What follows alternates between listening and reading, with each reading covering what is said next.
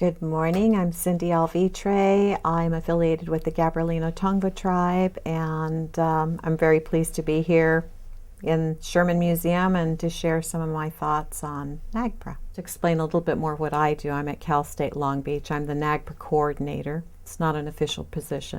And I'm responsible for the collections we have there, which are largely from the sacred village site of Puvunga, a lot of the ancestors.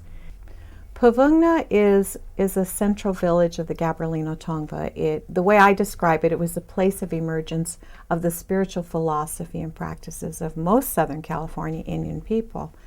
And over time, the geography of Puvunga has been reduced to 23 acres on campus at Cal State Long Beach, which is it's registered with the National Register of Historic Places. It's been a space of contention and a lot of activity, lawsuits against the university, and the people still continue to go there, and when you come to an institution that is located on your sacred site, and you know that all the human remains, all the ancestral remains there are from there, that's painful enough, but how they came to be there is another story. Because Cal State Long Beach begins in 1949. And at that time, they acquire it from one of the old ranchos, the Bixby family, the American family that takes it over. So it's large, open space agricultural area.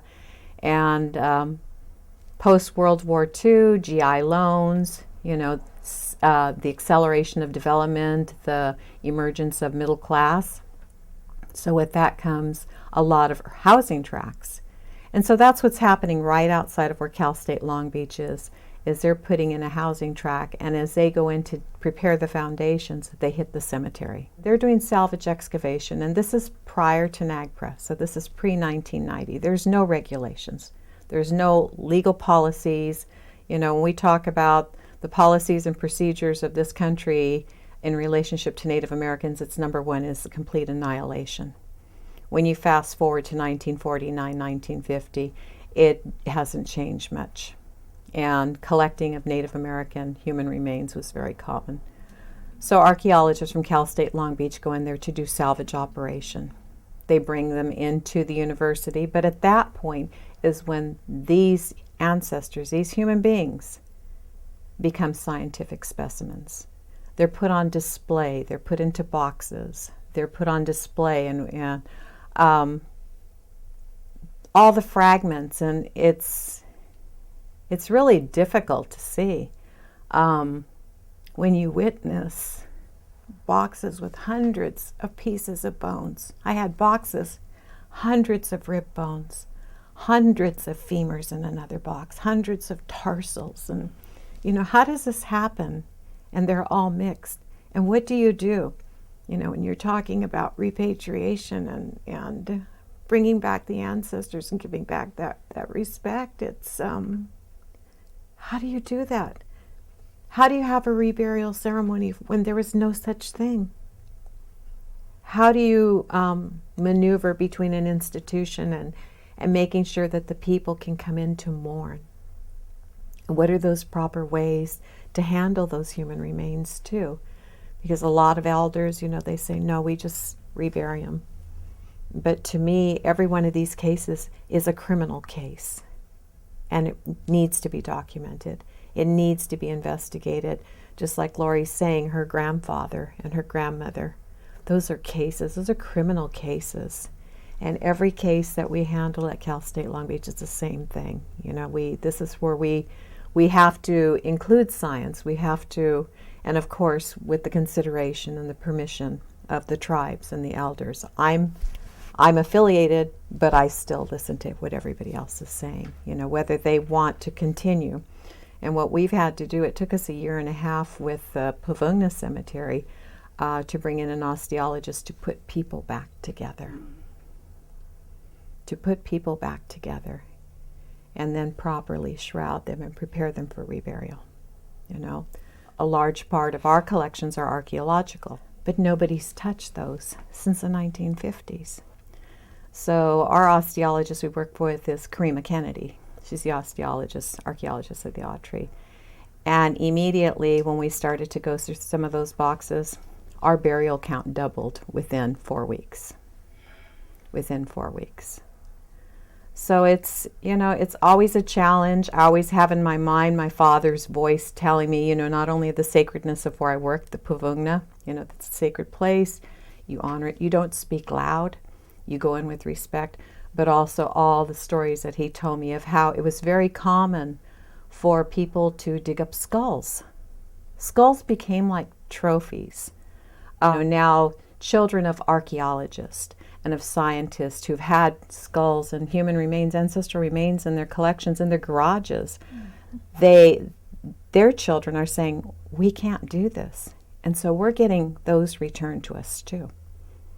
We have a lot of those that are returned to us, but it's really heartbreaking when you start to do the research, because that's part of NAGPRA is, you need to collect that history and to learn of some of the atrocities, like individuals like Arthur Sanger, who is a man who was in the film business, but he created a lot of fakes of soapstone carvings that look, not the just plain ones, just simple conservative, but these really wild ones. But one of the things that he was doing was he was part of the founder of the Catalina Island Yacht Club, and he was digging up skulls, and he would alter them to embed projectile points and spears to look and to kind of promote this image of Indians, Southern Californians, as savages, as primitive, as violent, and sell them.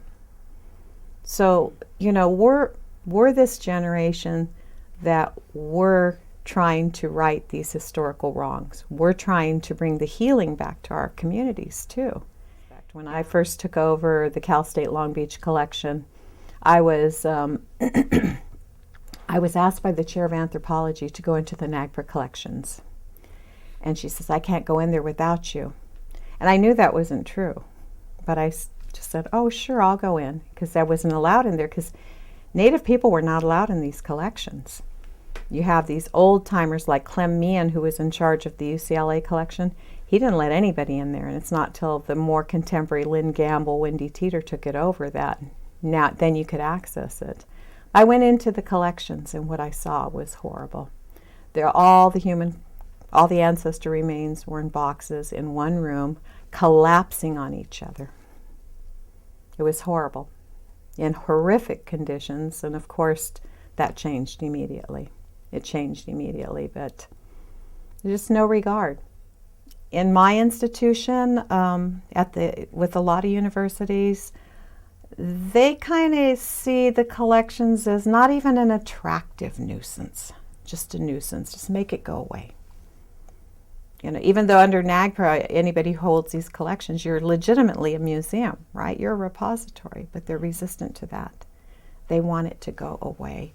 And I think psychologically, it really hits them. And I have to remind my administrators, the ones I work with all the time, that we wouldn't be in this situation if it weren't for the history, the violent, tragic history that was imposed onto the people here. He said, so this isn't going away. It's not going away. And I'm not going away. Yes, there's lots of evidence, and all the evidence is there. And unfortunately, the Matthew Box collection, and we're going through it, was all put into, this is an example. So Matthew Box leaves, he gets older, he retires. Suddenly everything that he had is no longer important to him. It's no longer interesting. The curiosity, that spark has died, right? And there's everything sitting in a shipping container that when I took over, I asked, where is it? And nobody could find it. We located it. It was in a container, shipping container, that there were holes at the top. It was rusted. It was moldy. It was filled with rodents and bugs and all kinds of stuff. And so we had to perform triage to recover and to rehouse that, which is now in another shipping container. Is that an expression of how much it really meant to him? All these scientists that have used and held ransom, attempting to hold collections ransom, for their scientific purposes and their own scientific loyalty, at the expense of who? These ancestral remains, everything needs to go back to the people. It's their right to make the determination. It's theirs. It's part of their family. And that's the only way that things are going to begin to fall into more healing, which we need.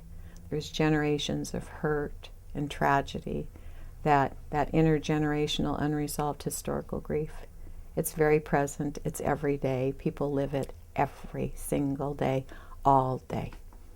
And these things just increase the intensity of the pain. And my job, not only as an affiliated member of our tribe, but also professionally, my job, that's my commitment. That's why I'm there.